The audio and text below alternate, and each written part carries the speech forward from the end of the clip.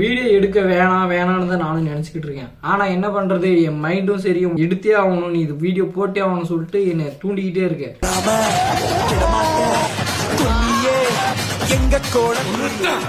ஏன்னு பாத்தீங்கன்னா அந்த கரூர் இன்சிடென்ட் வந்துட்டு என்னை வந்துட்டு ரொம்பவே மனசளவில் வந்துட்டு ரொம்பவே பாதிக்குது. என்னால ஒழுங்கா சாப்பிட முடியல, தூங்க முடியல. நைட்டு தூங்கும் போது கூட ஒழுங்கா தூக்கமே வர மாட்டேங்குது. நைட்ல தூங்கும் போது கூட தூக்கம் வராம எழுந்து உட்காந்துங்க இது என்ன பண்றதுன்னு சொல்லி யோசிச்சுக்கிட்டே இருக்கேன்.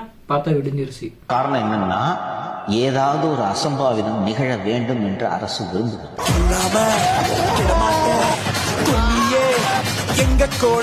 ஃபுல்லா பார்த்துட்டு முடிவெடுங்க, கமெண்ட்டை போடுங்க. அதுக்காக தான் காத்து நிக்கிறேன். அரசியல் வரலாற்றில் ஒரு கருப்பு நாள். அது என்னைக்குன்னு பாத்தீங்கன்னா 27 செப்டம்பர் 2025. இந்த டேட் தான். ஏன் இப்படி சொல்றேன்னு பாத்தீங்கன்னா, நம்ம விஜயனுடைய மீட்டிங் வந்து நடந்துச்சு. அந்த மீட்டிங்ல பாத்தீங்கன்னா கூட்ட நெரிசல் காரணமா நிறைய பேர் வந்துட்டு இறந்து போயிட்டேன்னு சொல்றாங்க. அப்புறமேட்டு பாத்தீங்கன்னா 100கணக்கான பேருக்கு மேல ஹாஸ்பிட்டல் அட்மிட் ஆயிருக்காங்க. 40 பேர் இறந்துருக்காங்க. மாதிரி இப்ப வரைக்கும் இந்த வீடியோ எடுக்கிறதுக்கு முன்னாடியே 40ன்றாங்க. இதுக்கு அப்புறமேட்டு மேபி இன்க்ரீஸ் ஆகலாம்னு தான் இருக்கு.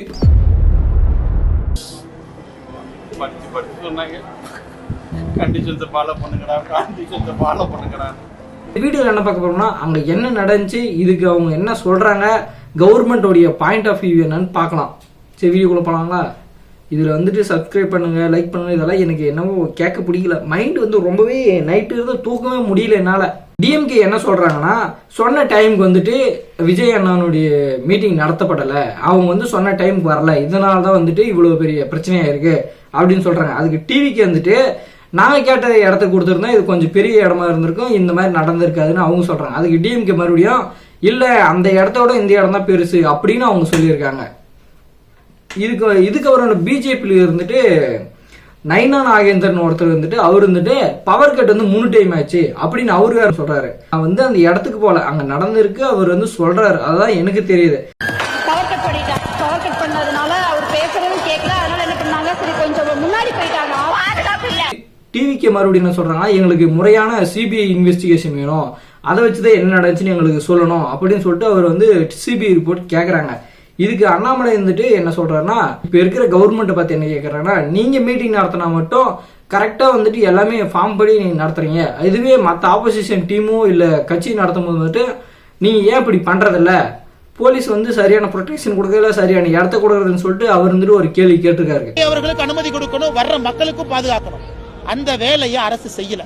விஜய் அவர்களுக்கும் சரியான முறையில் அனுமதி இல்ல, வந்த மக்களுக்கும் சரியான முறையில பாதுகாப்பு கொடுக்கல. இப்ப இருக்கிற சிஎம் என்ன சொல்றாருன்னா, நாங்க இதை வச்சு அரசியல் பண்ண விரும்பல சொல்லிட்டு அவர் போயிட்டாரு.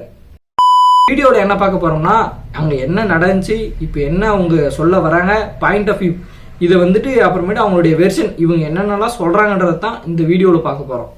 வந்துட்டு 40 பேர் இறந்திருக்காங்க. அதுவும் வந்துட்டு 27 செப்டம்பர் 25 இந்த டேட்ல வந்துட்டு 39 பேர் இறந்தாங்க. 100கணக்கான மேல வந்துட்டு ஹாஸ்பிட்டல் அட்மிட் ஆயிருக்குன்னு சொல்லியிருக்காங்க. இதுவே 28ஆம் தேதி அடுத்த நாள் பாத்தீங்கன்னா, அதாவது நேத்து வந்துட்டு 39 40 ஆயிருக்கு. 40 பேர் வந்துட்டு இறந்துட்டாங்க.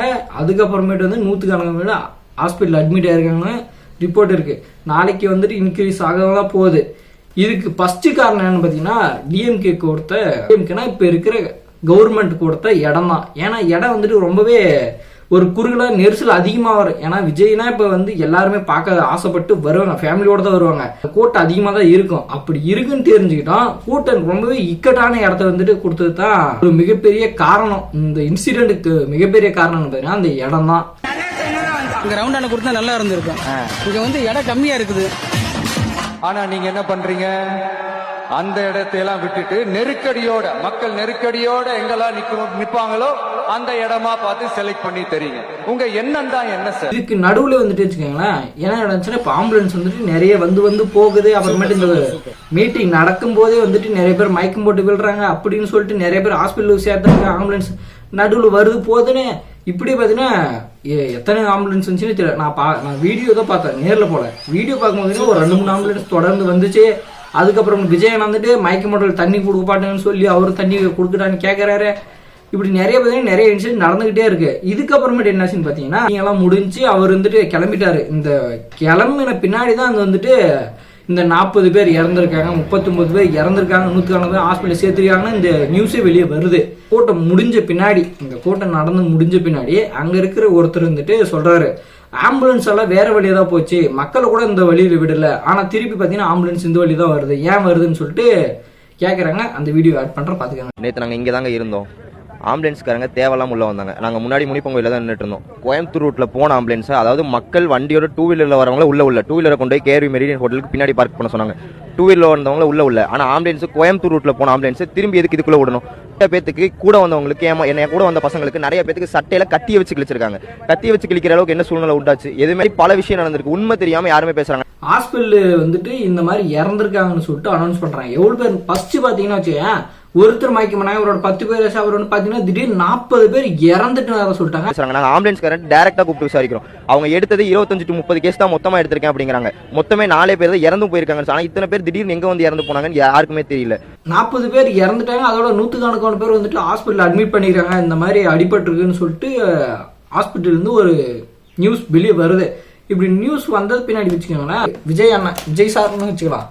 விஜய் சார் வந்துட்டு அவர் வந்துட்டு அங்கே மீட்டிங் முடிச்சு அவர் சென்னை வந்து ஃப்ளைட்டில் வந்து இறங்குறாங்க. வந்து விஜய் அண்ணா இறங்குறப்போ அவங்க ப்ரெஸ் அவங்களாம் இருந்தாங்க. அவங்க கிட்ட வந்துட்டு ஒரு கேள்வி கேட்டால் எந்த ஒரு பதிலும் சொல்லாமல் அவர் வந்துட்டு போயிட்டாரு. இதுவே இப்போ வந்துட்டு ஒரு பெரியவங்க அவர் வந்துட்டு அங்கே பேசியிருக்கலாம்னு சொல்கிறேன். ஆனால் இதுக்கப்புறமேட்டு பார்த்தீங்கன்னா வித்தின் ஒரு 1/2 மணி நேரம் இல்லை 1 மணி நேரத்துக்குள்ளார பார்த்தீங்கன்னா ஒரு ½ அன் ஹவருக்குள்ள ரிப்போர்ட்டர்ஸ் கேமராவோட இவ்வளவு க்ரௌடை தாண்டி அங்கே எப்படி போக முடியுது? அதே ஒரு கேள்விக்குறியில. செந்தில் பாலாஜி அங்க போறாரு. அடுத்தது செந்தில் பாலாஜி போறாரு. எப்படி அவரால் போக முடிஞ்சது? டிஎம்கே, ஏடிஎம்கே, ஒரு என்டிகே கட்சி, அப்புறமேட்டு ஒரு சிலர் அரசியல்வாதிகள்லாம் வந்துட்டு ஹாஸ்பிட்டலில் பார்க்கறதுக்கு அங்கே போய் பார்க்கறதுக்கு போயிட்டாங்க.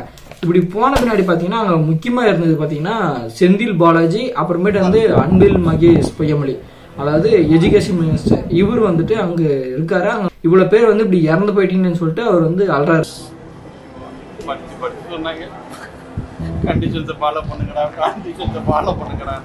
செந்தில் பாலாஜியோட பேர் நிறைய வந்துட்டு அடிபடுது. காரணம் என்னன்னு பார்த்தீங்கன்னா விஜய் சார் வந்துட்டு அங்கே மீட்டிங் பேசும்போதே அவர் வந்துட்டு 10 ரூபான்னு சொல்லி அவரை கலாய்ச்சிருப்பாரு. 10 ரூபா பாட்டில்னு சொல்லி அவரை வச்சு கலாய்ச்சிருப்பாரு. அதனால வந்துட்டு அவர் பேர் கரூர்ல வந்துட்டு அவர் பேர் வந்து அதிகமாக அடிபடும். இருக்கிற சிஎம் சார் வந்துட்டு ஸ்டாலின் சார் வந்துட்டு அங்கே அவங்கள பார்க்கறதுக்காக போயிட்டாங்க, ஹாஸ்பிட்டலுக்கு போய் பார்க்கறதுக்கு போயிட்டாரு.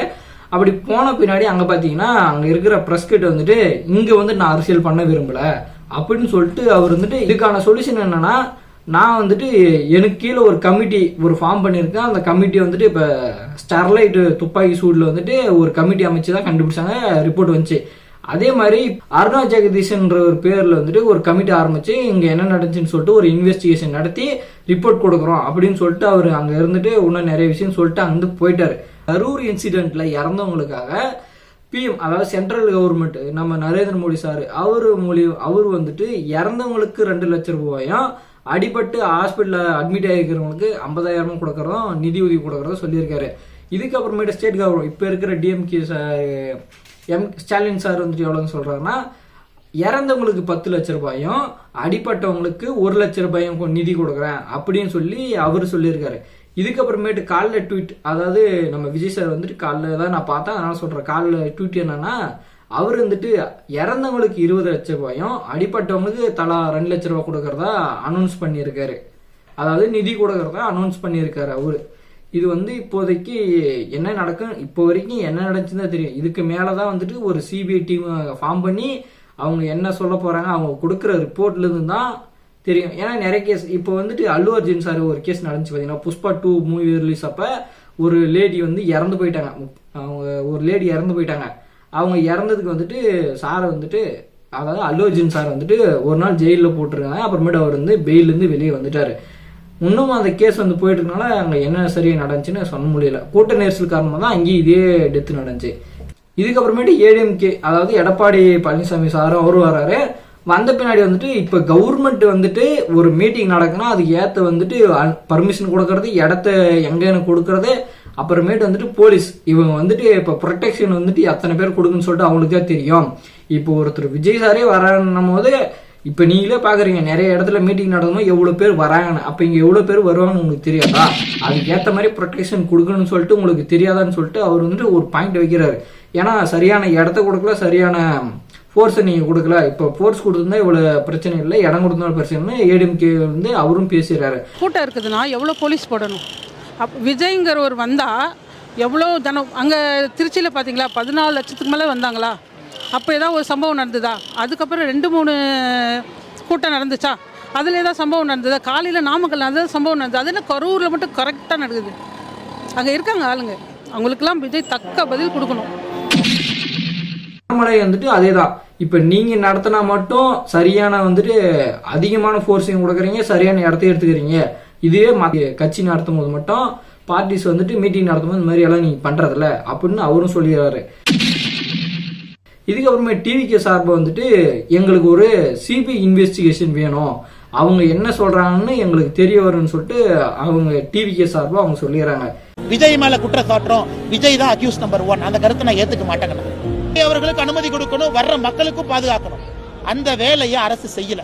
கவர்மெண்ட் கீழே வந்துட்டு அருணா ஜெகதீசன் வந்துட்டு ஒரு கமிட்டி ஃபார்ம் பண்ணி இப்போ அங்கே கரூர் இன்சிடென்ட் வந்துட்டு அவங்க இப்போ வந்துட்டு என்ன நடந்துச்சுன்னு சொல்லிட்டு ரிசர்ச் பண்ண போயிருக்காங்க. இப்போ வந்துட்டு இப்போ நான் வீடியோ எடுக்கிற டைம் வந்துட்டு அவங்க எப்படி இன்வெஸ்டிகேஷன் ஸ்டார்ட் பண்ணி அவங்க இப்போ என்ன நடந்துச்சுன்னு தெரிஞ்சுட்டு இருப்பாங்க.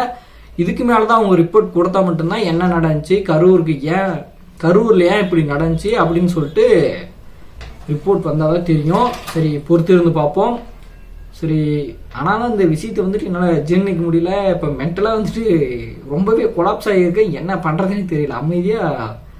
அமைதியாக இருக்கவும் முடியல, வீடியோ எடுக்கவும் முடியல. இந்த வீடியோ வந்துட்டு இப்போ எப்படி ஒரு